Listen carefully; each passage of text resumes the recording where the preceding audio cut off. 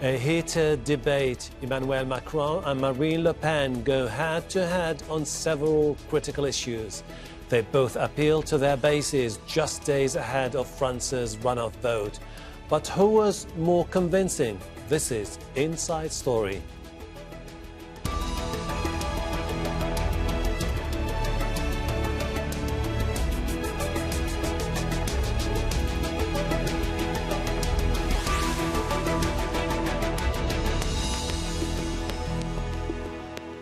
Hello, welcome to the program. I'm Hashem Ahelbarra. With just days to go, the French presidential contenders have held a televised debate. Emmanuel Macron and Marine Le Pen are each trying to convince French voters they are the right candidate for the job. But a lot has changed since they first went head-to-head in the 2017 election. Ukraine is at war, the EU is in crisis after Brexit, and France is facing numerous challenges. Opinion polls suggest Macron may have a lead, but it's a tight race and anything could happen. We'll bring in our guests in a moment. First, Natasha Butler reports from Paris. It didn't take long for things to become tense. Soon after the start of the French presidential candidates debate, the centrist incumbent Emmanuel Macron put the far-right candidate Marine Le Pen on the spot by questioning her links to the Kremlin and a Russian bank loan that funded her 2017 campaign. You were one of the first European leaders in 2014 to recognize the annexation of Crimea because you depend on the Russian regime and you depend on Mr. Putin. Madame Le Pen, you took out a loan in 2015 from a Russian bank, the first Czech Russian bank, which is close to the government. The presenters repeatedly called for calm as the candidates disagreed over issues including climate change, education, immigration and the European Union.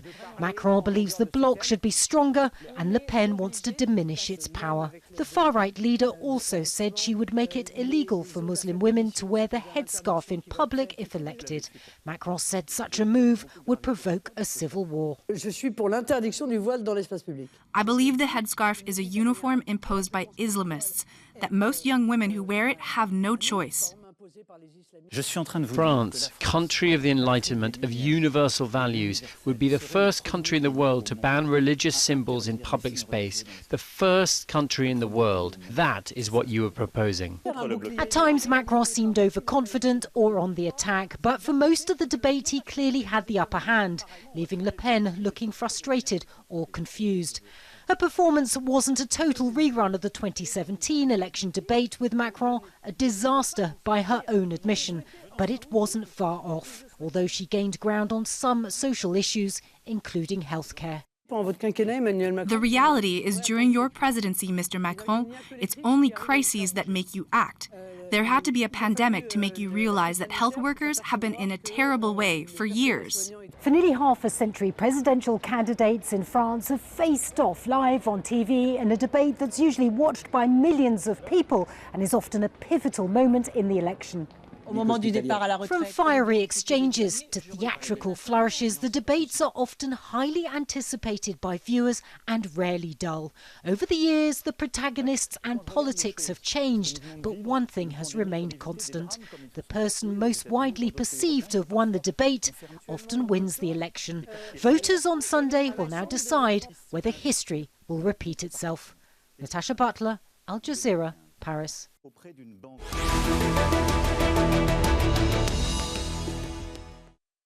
Let's bring in our guest in the French city of Saint-Malo, Jacques, Senior Research Fellow at the Global Policy Institute. In Paris, Famke Krumbmuller, Political Analyst focusing on Europe. And in Bristol, UK, James Shields, Professor of French Politics at the University of Warwick.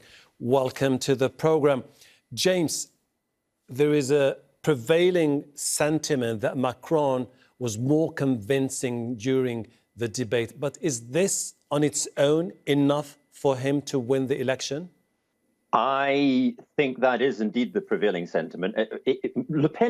Marine Le Pen needed to do two things in this debate. She needed to do much better than in 2017 when she had a disastrous debate, appearing ill-prepared and out of her depth and simply unfit for the highest office. This she did achieve, coming across as much calmer, more on top of her brief, more serene, less excitable, less aggressive. However, she did not achieve her second objective. She needed to land some real blows on Macron to close the gap in the polls, and she didn't manage it. A draw was always going to be good enough for Macron, but Le Pen needed a win. And what we got, I think, was a draw or maybe even a win on points for Macron. Okay. So I don't think the debate in that sense shifts the picture much. Jacques, anyone would be looking for a moment that would be widely seen as a game changer during the debate, and for many that didn't happen. But for the time being, does Le Pen has a chance to narrow the lead of Macron within the coming days before the vote? No, I don't think so. I think yesterday, as James said, she needed to challenge the president, and she did not do it. Instead, actually, Macron was the most offensive, and Marine Le Pen was very much on the defensive. And when it came to, yes, she improved her composure and so on, but the debate showed that she still is not really credible, that she doesn't master the briefs that she's meant to defend, especially on the economy and on Europe. And therefore, she did not appear more competent. She appeared more composed, but instead, she will have probably comforted her position, her supporters, but I don't think she gained any votes at all last night.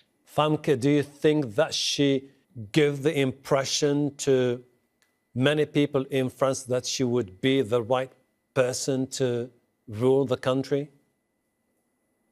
No, and I think this is actually exactly the right question, as was just alluded to. I think the way that she performed, even though her posture was much calmer, she kept on looking at her notes, and she did have multiple moments at which she wasn't really able to respond to Macron's level of technicality and expertise. On the other hand, I would say that Macron, even though he performed very well in terms of content, especially with regards to Marine Le Pen, and in comparison to her, his posture, I think, actually really risks a reinforcement of a prevailing picture amongst many French that think that he's arrogant and therefore also detached to a certain extent from the reality of what the French live every day. So that's the risk that I see on his side.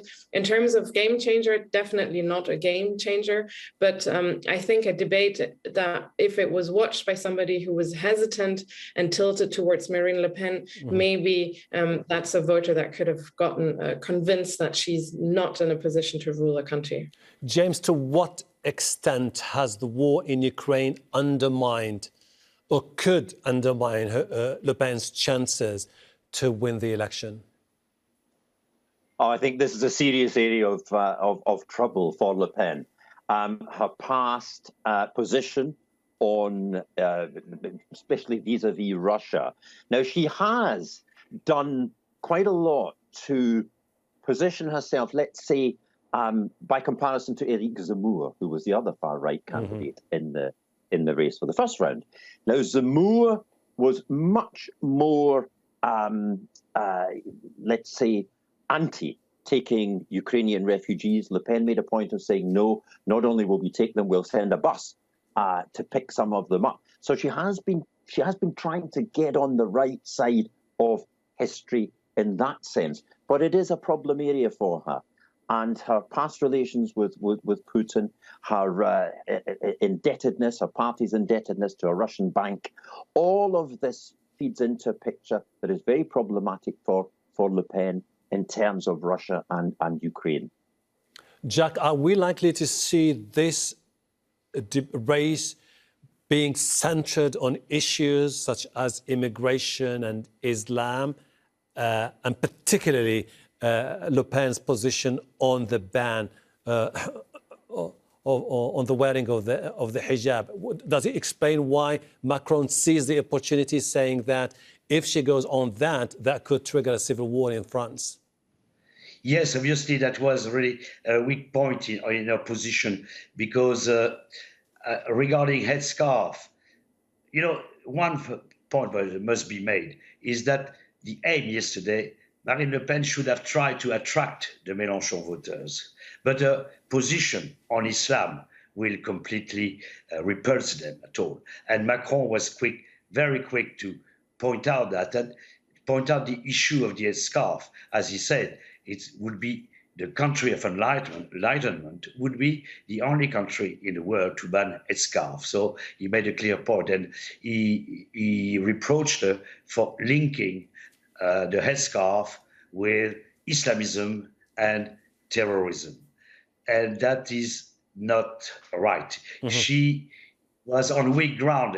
Instead, the problem for her is that the issue of the headscarf kind of hid or concealed all the other issues that she would have liked to develop on linking insecurity to immigration. So for that, the headscarf was a godsend for Macron, and I think here he scored heavily against her. Maybe some people think it was a bit strong to say that such a position would probably lead to civil war. That's what her supporters say. But on the whole, most people in France agree that this position is a right one, while hers is not right at all. It's a position which can only appeal to her supporters and will not broaden her appeal.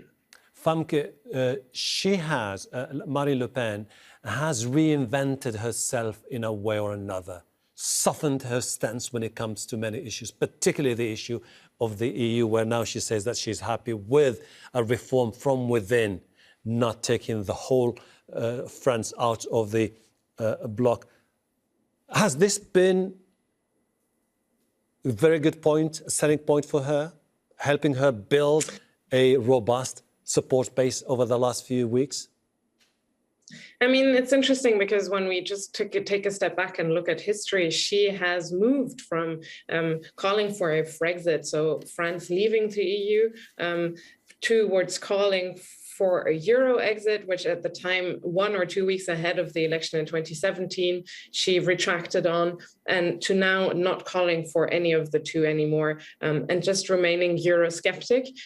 She's doing this because actually a majority of the French are not Eurosceptic at all, something that is very much confirmed by the polls. And so she's trying to gain votes. But the problem is that if you really look at her program and what she suggests, a lot of the things are actually not only anti-constitutional in France, but they're also incompatible with EU law, and would de facto lead to France leaving the European Union. And this is something that she's not willing to talk about or even willing to acknowledge anymore, but that's the reality of her program. James, if Macron has been seen as more convincing during the debate, however, many who watched him still say that he looks very arrogant, elitist, and detached from some of the concerns of the poor and average citizens.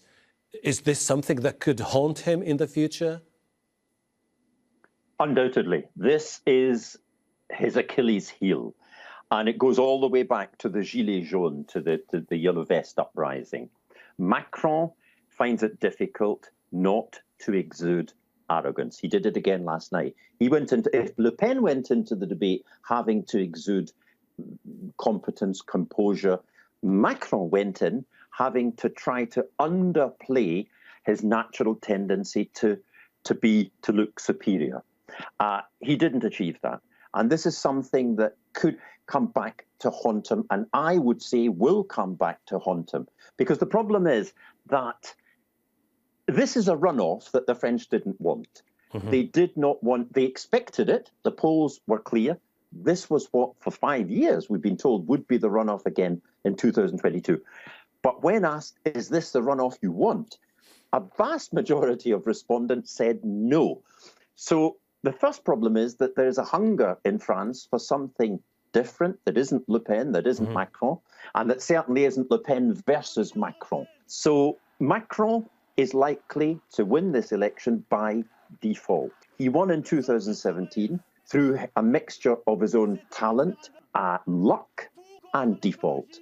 He's likely to win this one by default. And that, I think, is a big burden for him to carry into a new mandate. And I don't think he'll be given much of a honeymoon in that mandate if he is, as we expect, re-elected. Jacques, shouldn't Macron be concerned? Because all those who voted for the far-right, far-left candidate, Jean-Luc Mélenchon, remain quite sceptical. They won't be able to forget anytime soon the clampdown on the Gilets jaunes. They won't forget the impression that this is someone who has always been seen as friendly towards the bankers and the wealthiest of France. I would like to tone down what James just said. That could have been the impression given before the first round. But between the two rounds, after the first round of the election, Macron went to the contact of the people. Macron went into hostile ground. The next day, on a Monday, he was in the heartland of Marine Le Pen, in Denain, where most people voted for Marine Le Pen. And today again, after the debate, he was in Saint-Denis, where he was, during all these last few days, he's been what he says within slapping distance of the public. He's been mingling with the crowd, talking to everyone. And the impression is given, and you can see it on the news reels, on all the news, he's really ready to be challenged. What Marine Le Pen has stayed very sheltered from any kind of position. She's always played on very friendly ground, being surrounded, taking selfies with people, looking like the woman next door, very friendly, understanding the people, etc. But Macron has been to the clash. He's been to the contact. And again, today he was in Saint-Denis, in a town where the Mélenchon vote was 60%, where he only got 20%. And there, he mingled with the crowd. So these images are quite strong and undermine the accusation of arrogance. Macron is someone who likes to argue with people, to discuss with people, with anyone, and is quite pugnative. He shows that he takes risks. And that's something that people like in him is kind of a certain bravado, you would say. But he does the job, and I think for his image, he's been very good. His image has changed a lot in the last 10 days. Famke, but hasn't Marine Le Pen, in a way or another, shaped the political discourse itself in France? She's been shifting the whole narrative towards Islam, security, immigration, amendment of the constitution, anti-separatism law, to the point where Macron himself had to reinvent himself, endorse some of those ideas to appeal to the people who support Marine Le Pen. I mean, I would moderate it to a certain extent, where I think that the issue of immigration and security has certainly been a very, very important issue in the past and also over the past couple of months. And I would certainly agree with the fact that Macron and other politicians have gone into that territory in order to be able to kind of speak to Marine Le Pen voters. But at the same time, and polls also confirm this, the real issue that the French are concerned about is their purchasing power, is the rise of prices and their ability to continue to live, maintaining a certain standard of living. And it's interesting to see that much of the public debate keeps on focusing on security and immigration, when actually the real concern is about purchasing power. James, when you look at the growing support for Marine Le Pen and for the far-right candidates in this particular election, this is leading many people to say, if Marine Le Pen does not win this election, most likely whoever leads the far right in the upcoming elections, 5 years from now, will definitely become the first far right president of France. I think there is a graph that points in that direction. If we think now that's 3 of the last 5 presidential elections where the runoff has been contested by a Le Pen. Her father, Jean-Marie Le Pen, scored 18% in the runoff in 2002. She herself scored 34% 5 years ago in 2017. If the polls are correct and Macron wins by 55, 56 to 44, 45, she will have put on 10% to that score of 5 years ago. There is an inexorable logic that seems to suggest that this tide is rising and rising still. And part of the problem here is that Macron, partly through his doing, partly through the tiredness of the old pillars that were the socialists on the centre-left, the Republicans on the centre-right, those pillars have collapsed. Macron now stands on a centrist island, surrounded by nothing but extremist parties and leaders. Almost 60%, 58% of the first round vote went to extremist candidates. On the far left, Jean-Luc Mélenchon. On the far right, Le Pen, obviously, and Éric Zemmour. Now, the problem is that unless something else comes along to fill the gaps that have been created since 2017, my expectation is that this upward tide of far right and possibly far left, what's to stop it continuing? Okay. Jacques, is it fair to characterize this election as a race between two visions, one which is pro-Europe unity and a Republican ideals, one which has the potential to undermine many of the basic tenets of the French Republican system? But the new divide in France is said to be no longer left and right, but in progressist and nationalist, people who want to open to the world, realize that the welfare of France depends on the welfare of Europe, and who are winning France in a way. Yeah, you have two Frances. You have the urban France, the metropolitan France, the confident France, the educated France, and which looks out to the world, and then Marine Le Pen represented the poorer France, the least qualified France, the frightened France, who wants to take shelter behind their borders. It is a bit like Brexit camp, and those who are open and those who are looking back to the past, to an ideal past. But I wanted to go back on that. I think that, yes, it's not the extremist vote will carry on, but what we can see in France now, yes, you will have changes. It will be very interesting after the election. The French political landscape is in tatters. Okay. And we will see how it will reorganize. And I can see it happening that, for example, on the right, it's quite clear that you will have the Zemmour supporters, the Le Pen supporters, and the people on the right within the Republican, like Ciotti and so on, who share the same values as who are nationalists, souverainists, as we say, as Le Pen, trying to form a group together, which this time will not have the glass ceiling that Marine Le Pen has, and with a different leader would be a strong force in 5 years' time. This is going to be my last question to Famke. If Macron wins, do you think he will still have the same luxury to follow his agenda in the future, or do you think that the political landscape itself will be forever changed in France? The real question, I think, specifically on whether he will be able to implement his agenda will be whether he manages to get a majority in the legislative elections that will happen just ahead of the summer. That will really be key to watch. Apart from that, he will be in his second mandate, so not necessarily seeking a re-election afterwards.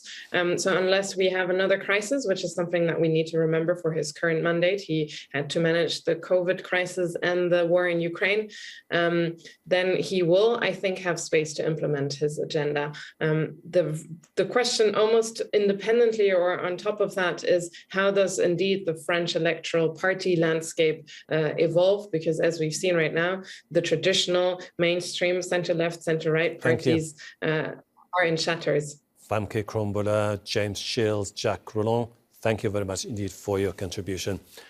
And thank you too for watching. You can see the program again anytime by visiting our website, Jazeera.com. For further discussion, go to our Facebook page. That's facebook.com/AJ Inside Story. You can also join the conversation on Twitter. Our handle is @AJ Inside Story. From me, Hashem, Ahelbarra, and the entire team here in Doha. Bye for now.